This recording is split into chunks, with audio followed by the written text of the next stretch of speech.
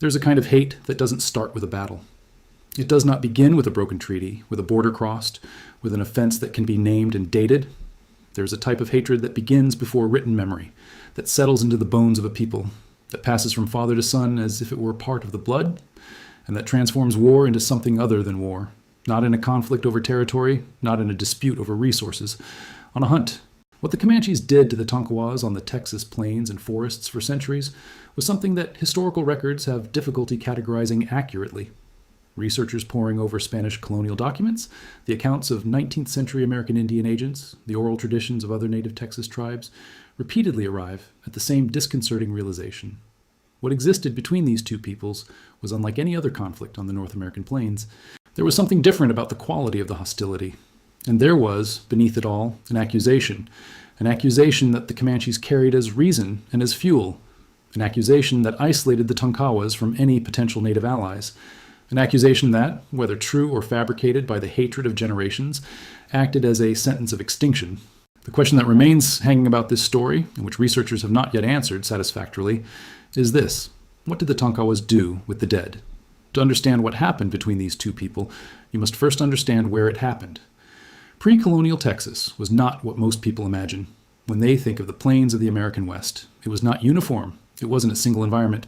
It was a mosaic, a vast, violently varied territory that contained completely distinct ecosystems separated by just a few days' walk. In the far west, the open plains, the Llano Estacado, the plateau that stretches uninterrupted for hundreds of miles, an ocean of grass where the horizon is flat in all directions and where the only natural shelter is the canyons that carve it suddenly and dramatically. Palo Duro Canyon, with its red sandstone walls that drop 40 feet below the surface of the plain, was one such refuge, a place where the wind stopped, where there was water, where it was possible to hide entire camps from the view of anyone passing on the plain above. This was Comanche territory, the heart of Comancheria. In the center and east, Texas was changing in nature. The grass of the plains gave way to brushland, the thorny undergrowth of central Texas, with its gnarled oaks, its junipers, its waterways that ran in deep grooves across the limestone of the Edwards Plateau. And beyond, further east, the first forests, the East Texas pine forest, dense and wet, completely different from the open plains. This transition zone, this strip of territory between open plain and forest, was where the Tonkawas existed, and that was exactly where the two worlds met, and where they collided. Before understanding the conflict, it is necessary to understand who the Tonkawas were, and this is, in itself, a question that historiography has not completely resolved. There is one fact about the Tonkawas that linguists and ethnohistorians consistently identify, and that has profound implications for any attempt to understand the origins of these people. The Tonkawa language is a linguistic isolate. This means that Tonkawa has no established relationship with any other known language on the American continent. It does not belong to the Plains language families. It is not related to the languages of the Southwest, nor to the languages of the American Southeast. It is, linguistically, an island, a system that arose in enough isolation or that lost its linguistic relatives in ways that have not yet been completely reconstructed, to be comparable to nothing in its neighborhood. Some researchers say this suggests a history of very ancient migration, or prolonged isolation, that would make the Tonkawas inhabitants of Texas much longer than most other peoples in the region. Other scholars interpret linguistic isolation as a possible result of extinctions, that there were languages related to Tonkawa that disappeared before being documented. The topic continues to be debated. But what emerges from this uncertainty about the Tonkawa origins is a disturbing fact. These people were, even among the other native peoples of Texas, something different, something that did not fit easily into any of the categories and alliances that structured relations between tribes on the plains. Some researchers argue that the Tonkawas were actually a confederation, not a single tribe with a common origin, but a cluster of distinct groups that were forced together by the pressures of conflict and displacement. Q. That the Tonkawa identity was, in part, an identity constructed by external pressure as much as by internal cohesion. And this is where one of the first disturbing questions in the history of these people arises. If the Tonkawas were already, in their very constitution, a people who had been pressured and reduced to banding together with others, if they came to documented historical contact already as survivors of previous pressures, what had happened before? Who had pressured whom and from where until these disparate groups met and merged into what the Spanish came to call the Tonkawa? The records do not allow for a definitive answer, but they allow documented speculation. And what the documented speculation suggests is that the Tonkawas, even before they encountered the Comanches, were already a people who had survived things that did not survive the record. But that was just the beginning. The Comanches were a different force of nature.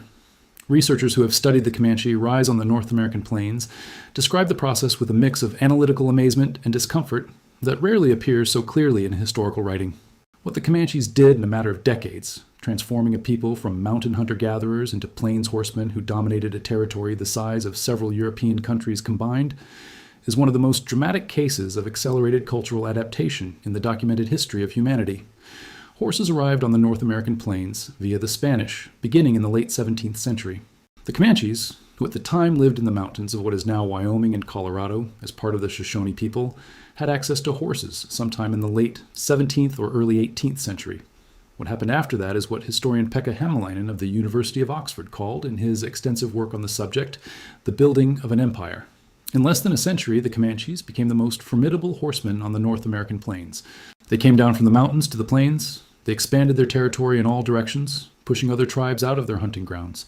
They developed a horse-based economy, breeding, trading, stealing, and reselling horses that connected to commercial networks that reached Mexico to the south and Missouri to the north. And they established, in the heart of the Texas plains, what some researchers describe as Comancheria, a domain without walls, without cities, without stone archives, but a domain nonetheless, with borders that other tribes knew and respected, with a decentralized but functional political system, with a military capacity that forced Spanish missions to close and pushed entire tribes out of territories they had occupied for generations. The Tonkawas were in the way of expanding that force.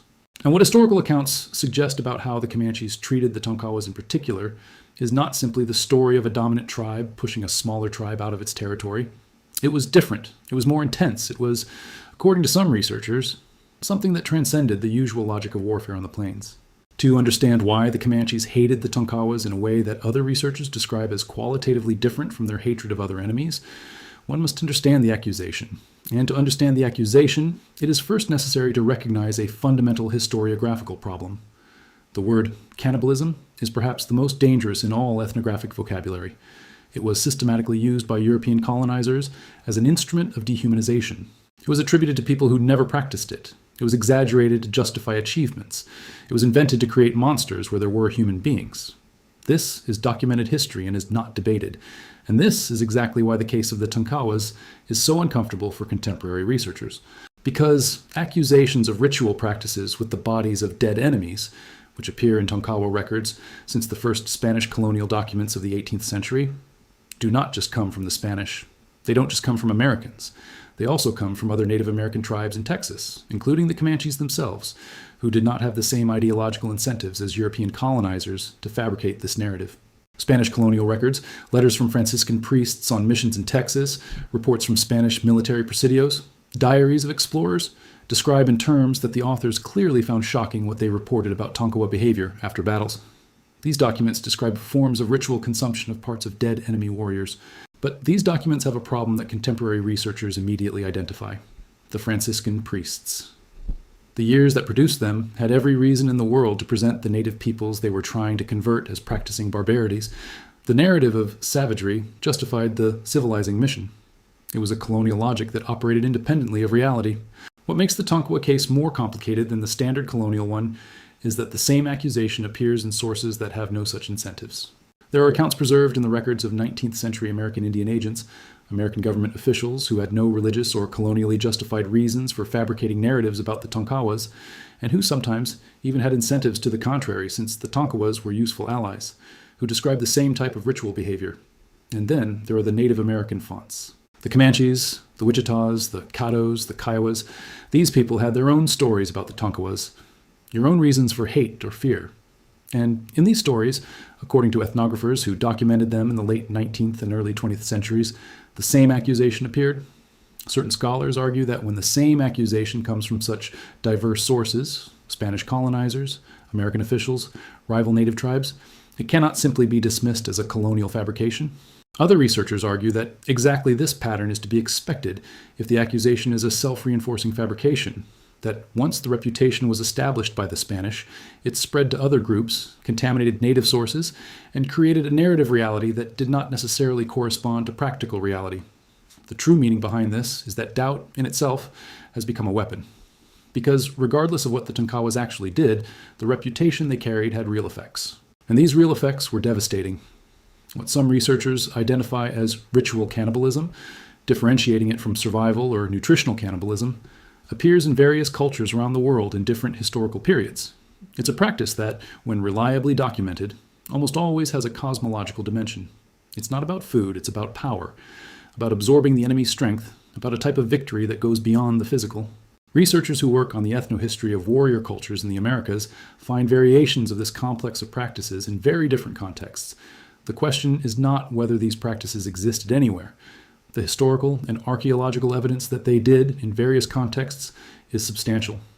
The question is whether they existed specifically among the Tonkawas, and in what form and with what significance within Tonkawa cosmology. And here the problem is the absence of sources produced by the Tonkawas themselves. The Tonkawas were a people of oral tradition. They did not produce written records. Their cultural memory was transmitted through stories, rituals, songs, forms of transmission that are by nature vulnerable to interruption. And the disruption that the Tonkawas have suffered, the demographic collapse, the forced displacements, the 19th century assimilation policy that attempted to eliminate native cultures, has interrupted this transmission in ways that make it nearly impossible to reconstruct what Tonkawa culture actually taught about these practices.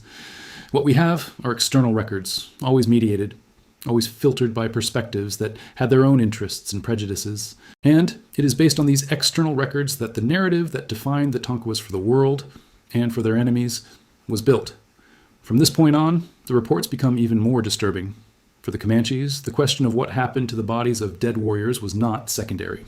There are ethnographic records documented by researchers who studied Comanche culture, both in the late 19th century, when there were still people who had grown up in Comancheria before the American conquest, and throughout the 20th century through work with Comanche elders, that suggests that the integrity of the body after death had spiritual significance within the Comanche cosmological system. Certain scholars claim that for the Comanches, the idea that a warrior killed in battle could have his body ritually consumed by enemies represented a form of violence that transcended the physical. That there was, within Comanche beliefs, something that would be permanently lost if the body was treated in this way.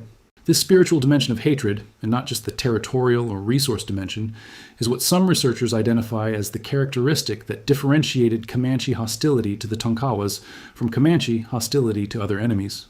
Comanche warriors could make truces with the Apaches. They could negotiate with the Wichitas. They could absorb smaller groups into their political structure. Dust. They can, in certain circumstances, transform enemies into allies. In documented historical records, there is no evidence of any period in which the Comanches and Tonkawas reached any form of truce or agreement. Some researchers claim that this consistency, this total absence of any moments of reconciliation or accommodation throughout the entire documented historical period, is itself a significant finding, which suggests that hostility between these two peoples operated on a different frequency than the usual hostility between rival tribes. What few realized was what this intensity meant in practice for the Tonkawa communities trying to survive in the transition regions between the plains and the forests of Texas. Comanche pressure on the Tonkawas was not just military. It was demographic, territorial, and existential in a way that the language of conventional warfare does not adequately capture. The Comanches, in their period of expansion, pushed entire populations out of their hunting lands. It was a consequence of the expansionist nature of Comancheria, a system that needed territory to support the herds of horses and buffalo hunting networks that were its economic base. Tribes that were in the way of this expansion could trade, they could migrate, they could be absorbed, but some were simply swept away. For the Tonkawas, who were already a numerically smaller people who occupied a geographic position that was exactly in the path of expansion of the Comanches from the north and west, and who carried the reputation they did, the situation was one of extreme vulnerability.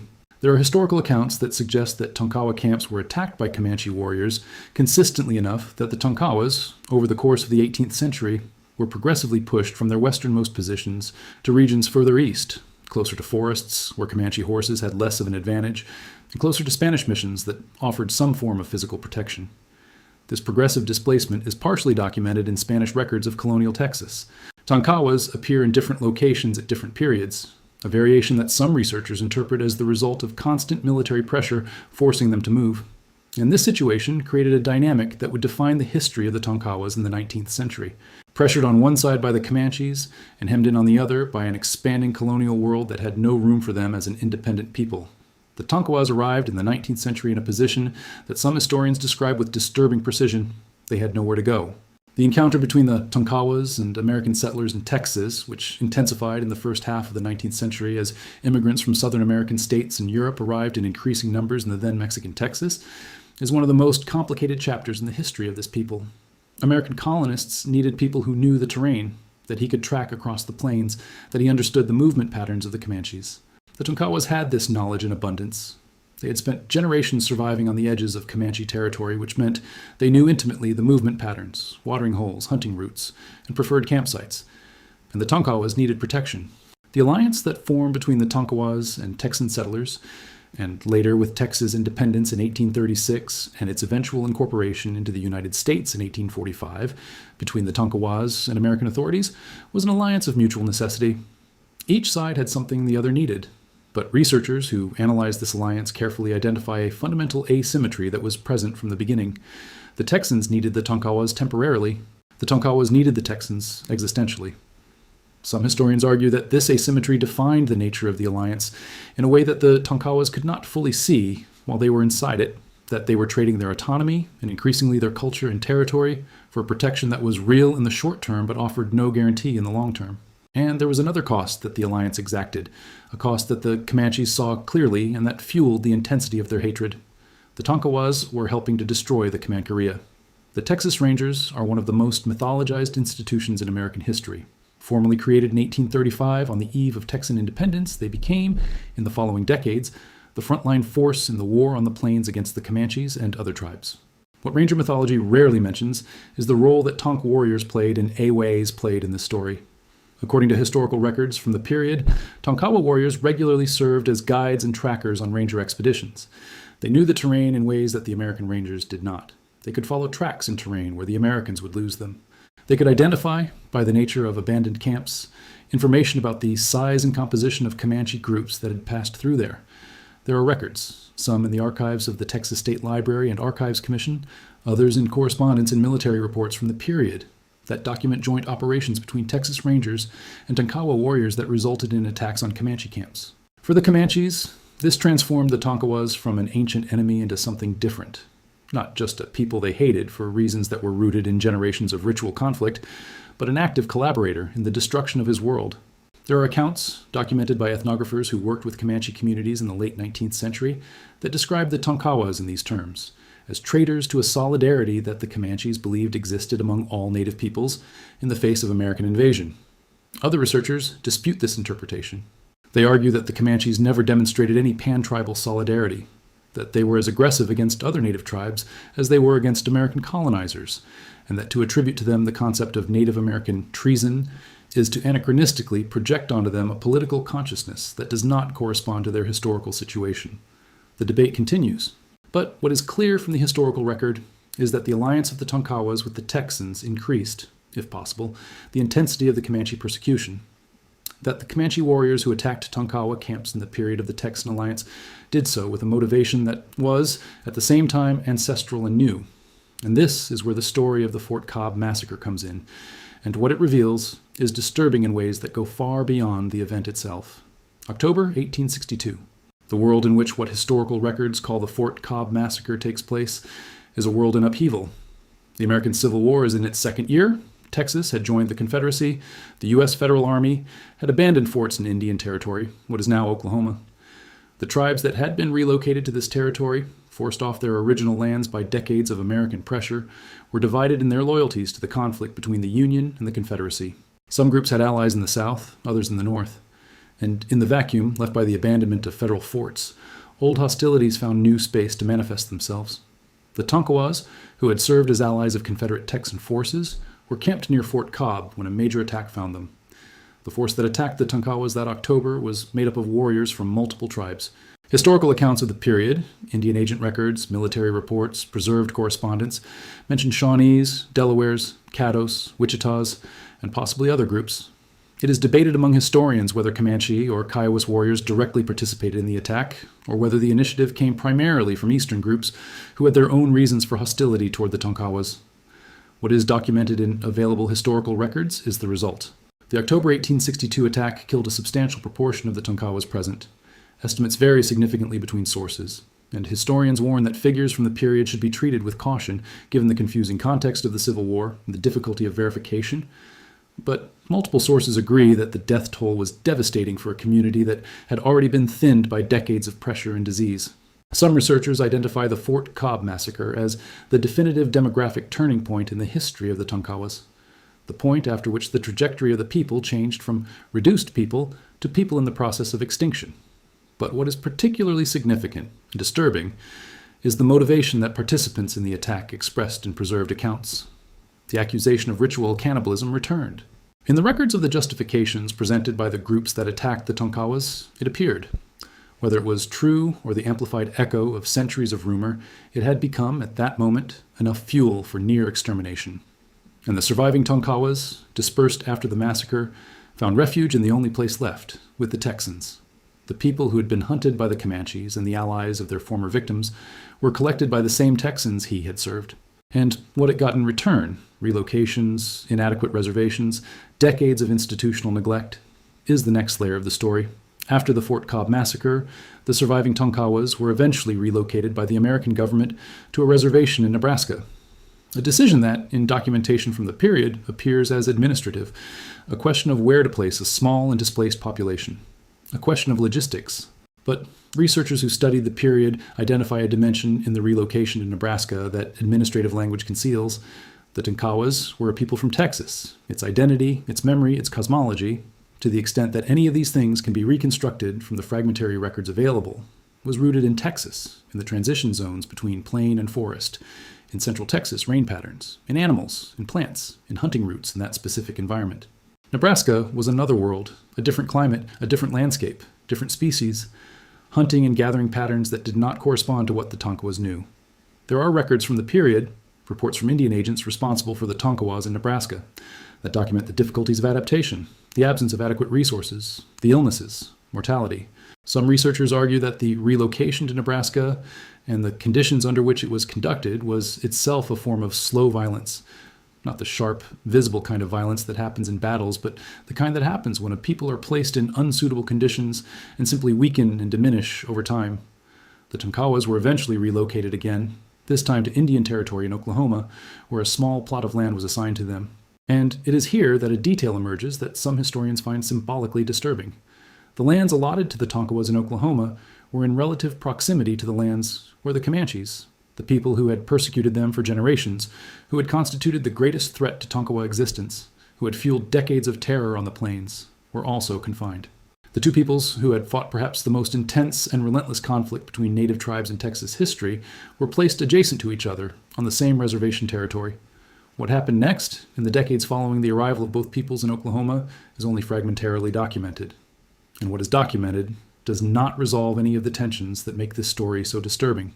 There's a dimension to the conflict between the Comanches and Tonkawas that rarely appears in conventional historical analyses, but that some researchers identify as fundamental to understanding what that specific conflict represented within the broader system of American conquest.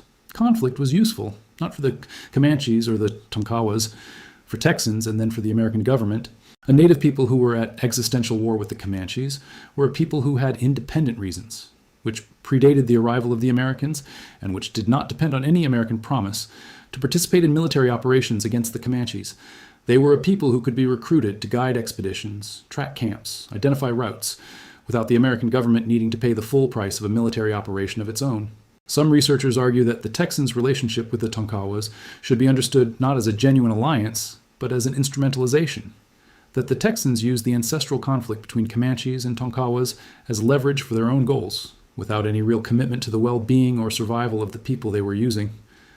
The evidence for this interpretation lies, according to these historians, in what happened when the Tonkawas' usefulness ended. While the Comanches were a real threat to Texan communities, while raids on the plains continued, while rangers needed trackers who knew the terrain, the Tonkawas were tolerated, protected minimally, fed promises. When the campaign of 1874 ended organized Comanche resistance on the Texas plains, and when the last groups were forced onto reservations in Oklahoma in the following years, what had made the Tonkawas valuable allies ceased to exist. And what happened to the Tonkawas after that? The relocations, the inadequate reservation, the institutional neglect, suggests to some historians that the protection they had been offered was never more than a temporary convenience. Other researchers dispute this interpretation as overly cynical. They claim that there are records of American officials who genuinely tried to improve the state's situation, the Tonkawas, that reducing the entire relationship to pure instrumentalization ignores the complexity of American policies toward Native peoples, which was a mix of neglect, exploitation, paternalism, and, in some cases, genuine attempts at protection that simply failed. The debate is legitimate. What is difficult to dispute, however, is the result. The Tonkawa population at the end of the 19th century was a fraction of what it had been at any previous point in its documented history.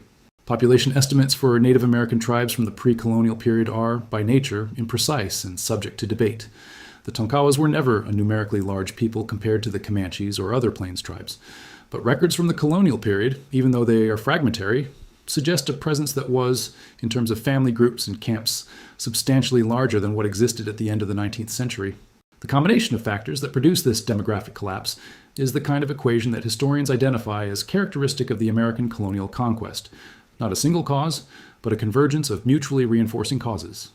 Comanche military pressure that had lasted generations, epidemics of European diseases to which the Tonkawas, like all Native American peoples, had no developed immunity, forced displacements that broke subsistence patterns, inadequate conditions in reserves, and underlying it all was the policy of assimilation that the American government began to implement more aggressively in the late 19th century, policies that deliberately attempted to eliminate Native cultures as distinct cultures. Residential schools, institutions where Native American children were compulsorily sent, separated from their families, prohibited from speaking their languages, prohibited from practicing their traditions, existed in Indian Territory and other parts of the American reservation system. Tonkawa children went through this system. The result in the case of the Tonkawas was that when the 20th century arrived, these people found themselves with a population numbering in the hundreds, with their language being spoken by an increasingly smaller number of people, with their culture being transmitted in an increasingly fragmentary way. The Tonkawa language, this unique linguistic isolate, this system that resembled no other language on the continent, this window into a history that stretched beyond all record, arrived into the 20th century with few native speakers. And by the middle of the 20th century, according to linguistic records, there were no longer any fluent native speakers. An entire language, complete extinction as a living language. There is one aspect of the history of the Tonkawas that contemporary research is trying, slowly and with difficulty, to recover: the internal dimension, the perspective of the Tonkawas themselves. Almost everything we know about the Tonkawas comes from outside sources. This is not simply a methodological limitation. It is, in itself, a significant historical fact. The absence of internal sources is not accidental. It is the result of a process of systematic elimination of a people's ability to produce and preserve their own record. What the Tonkawas thought about the Comanches, how they felt about the alliance with the Texans, what their traditions said about the practices attributed to them, what it meant, within its own cosmology, was what happened to warriors killed in battle. All of this, the perspective from within, is fragmentary to the point of almost non-existence. There are some records produced by ethnographers who attempted, before it was too late, to document aspects of Tonkawa culture directly with members of the community. Linguist Harry Hoyger, who studied the Tonkawa language in the early 20th century, produced linguistic analyses that preserved the language's structure. Other researchers documented fragments of myths, ritual songs, and material practices. But what these records capture is fragmentary, pieces of a culture that was already in the process of disintegrating when they were documented. Not the complete worldview, not the cosmology that would make intelligible, from an internal perspective, what the Tonkawas did and why they did it. Some contemporary researchers working with the Tonkawa community in Oklahoma claim that there are cultural revitalization efforts that attempt, based on available fragments, to reconstruct elements of the Tonkawa tradition. It is work that the researchers involved themselves describe as necessarily incomplete, a partial reconstruction, not a total recovery. But there is something deeply meaningful about the fact that this work is being done, that there are members of the Tonkawa community in the 21st century who have chosen to dedicate part of their lives to trying to restore what was destroyed. The question that emerges from this story, and that connects what happened between Comanches and Tonkawas to much broader debates about history and memory, it's about how people who almost disappeared are remembered, or not remembered. The Comanches, who were defeated but not extinct, who suffered enormously but survived with a population and a culture that, although transformed, maintained continuity with the past. The Comanches have a story that is, at least partially, told. There are books, films, academic debates. The Comanche Nation in Lawton, Oklahoma, is a recognizable institutional presence on the contemporary American landscape. The Tonkawas, who came closest to total extinction, who lost their language completely as a living language, who have a contemporary population numbering in the hundreds, are, outside specialized circles, practically unknown. Some researchers claim that this difference in historical visibility is not accidental, which reflects a dynamic where the people who have been most completely destroyed have less capacity to fight for the memory of their own history. That the Comanches can, today, contest historical narratives about them. They can produce researchers, writers, activists who participate in debates about how their story is told. They can, through their tribal institutions, exert some influence on how they are represented. The Tonkawas, with a much smaller population and resources, have less capacity for this type of engagement. And the result, according to these researchers, is that the story of the Tonkawas continues to be told mainly by outsiders, the same way it has always been told. The true meaning behind this is not just academic, it's ethical. There is a dimension of the Comanche-Tonkawa conflict that is rarely discussed, but that some historians argue is essential to understanding what that specific conflict represented: the role of fear. The Comanches were a people accustomed to being feared. They were the dominant force of the plains. Tribes much larger than the Tonkawas feared the Comanches. The Texans themselves, in their moments of honesty, acknowledged their fear of Comanche incursions. And the Comanches, if ethnographic records documented by researchers are to be believed, feared the Tonkawas. Not in the same way that one fears a superior army, not the fear that warriors feel when faced with a more powerful enemy. What the records suggest the Comanches felt toward the Tonkawas was something different, a repulsion that had spiritual components, a horror that touched the dimensions of belief about what happened after death. Some researchers claim that this fear, this spiritual horror, is what explains the peculiar intensity of Comanche hostility to the Tonkawas. That it wasn't simply hate. It was the kind of hate that mixes with fear. And what a mixture of hatred and fear produces behaviors that transcend rational strategy. It produces persecution, not simply exclusion from territory, which is what the Comanches did with most of their minor enemies, but the active search. The expedition, whose objective is not to conquer territory or resources, but to find and eliminate the specific enemy that poses that particular type of threat. And it is this element, the hunting element, that gives the Comanche-Tonkawa conflict its unique quality, that separates it from other plains conflicts, and places it in a category that researchers have difficulty naming precisely. The war between Comanches and Texans, the broader conflict surrounding the persecution of the Tonkawas, formally ended with the surrender of the last Comanche groups on the Texas plains in the years after the Red River Campaign of 1874. Palo Duro Canyon, that red sandstone refuge that had been the heart of Comanche resistance, where General Mackenzie destroyed camps, supplies, and horses in September 1874, was the scene of the final blow. Without horses, without supplies, with winter approaching and buffalo rapidly disappearing from the plains because of industrial-scale commercial hunting, the remaining Comanche groups arrived one after another at American government agencies. For the Tonkawas, the end of organized Comanche resistance had particular significance. The enemy that had pursued them for generations, that had driven the near extinction of their people, was finally confined. But what happened next? For the Comanches, for the Tonkawas, for both of them, revealed something about the nature of history that no victory celebration could completely gloss over. The Comanches on the Oklahoma reservations, the Tonkawas on the Oklahoma reservations. Two peoples who had consumed each other in a conflict of generations, now confined in adjacency by the same power that had benefited from the conflict between them. And the plains of Texas, the Comancheria, that had been, for a century, one of the most formidable domains in the Americas. They were transformed with a speed that seemed impossible into ranches, farms, railroad tracks, cities. Some researchers claim that it is this speed that reveals more clearly than any document the nature of what had happened. That the speed with which Comancheria was converted into American ownership shows that there was capital, planning, and intention waiting behind the war line. That war was not the goal. It was the obstacle to be removed. The Comanches and Tonkawas were part of that obstacle. Both have been removed. The Tonkawa Nation exists today. It's in Tonkawa, Oklahoma, a town of a few thousand people in northern Oklahoma whose name carries the memory of a people who were moved from central Texas to this point in Oklahoma through a journey that included massacre, starvation, relocations, and decades of institutional neglect. The population of the Tonkawa Nation, the number of recognized tribal members, is small. The numbers vary depending on the source and tribal membership criteria, but are in the hundreds. There's a tribal council. There are health programs, educational programs. There are efforts documented in communications from the Tonkawa Nation itself for cultural revitalization. And there is, in the records of the Tonkawa language, preserved mainly by the work of linguist Harry Hoyger in the first half of the 20th century, an archive, incomplete but existing, that maintains the memory of how the language sounded. Revitalization projects attempt to use these records to reintroduce the language to the community. It's work that linguists describe as possible but fundamentally limited, one that can recover the form of language, but not what researchers call a native speaker's linguistic intuition, the way of thinking that a living language passes on unconsciously from generation to generation. Some researchers claim that the loss of the Tonkawa language is, of all the losses suffered by these people, the most permanent. What territories can, in theory, be returned? That populations can, in theory, recover.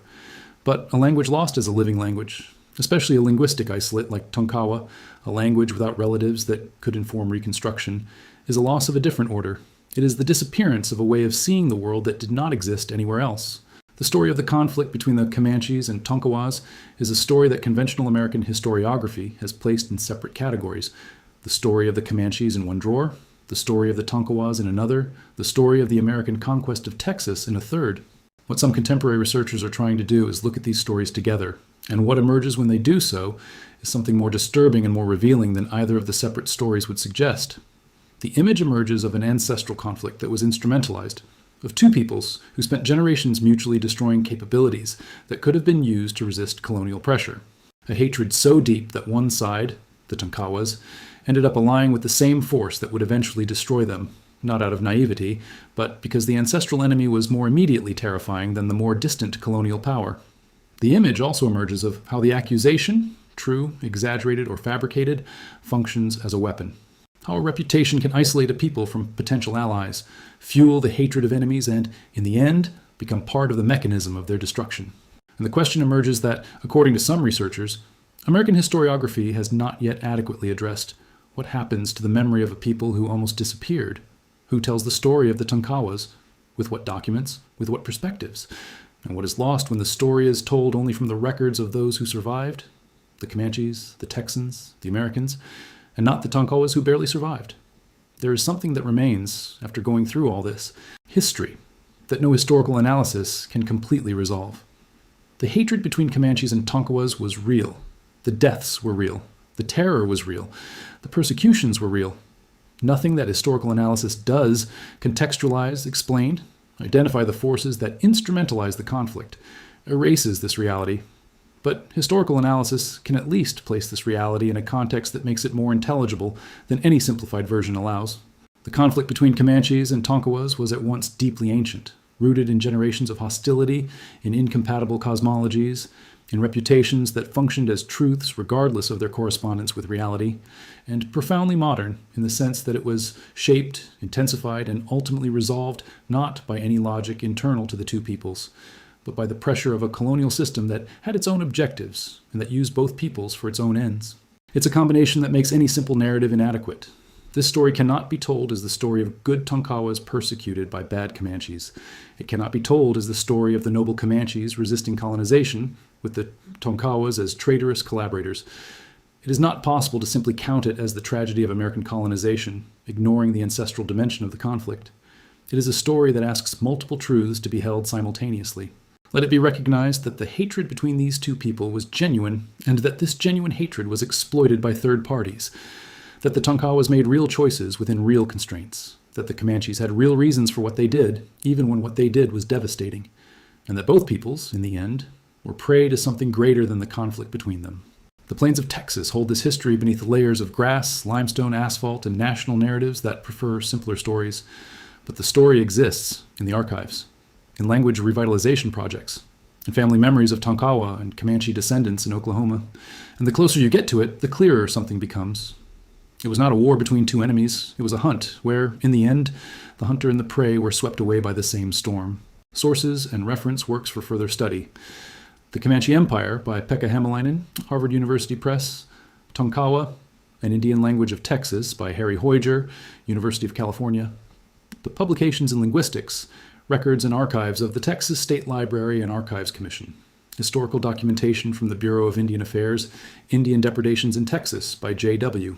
Wilbarger, Ethnohistorical Research at the University of Texas at Austin and the University of Oklahoma, Official Archives and Communications of the Tonkawa Tribe of Indians of Oklahoma, Tonkawa, Oklahoma, and the Comanche Nation, Lawton, Oklahoma.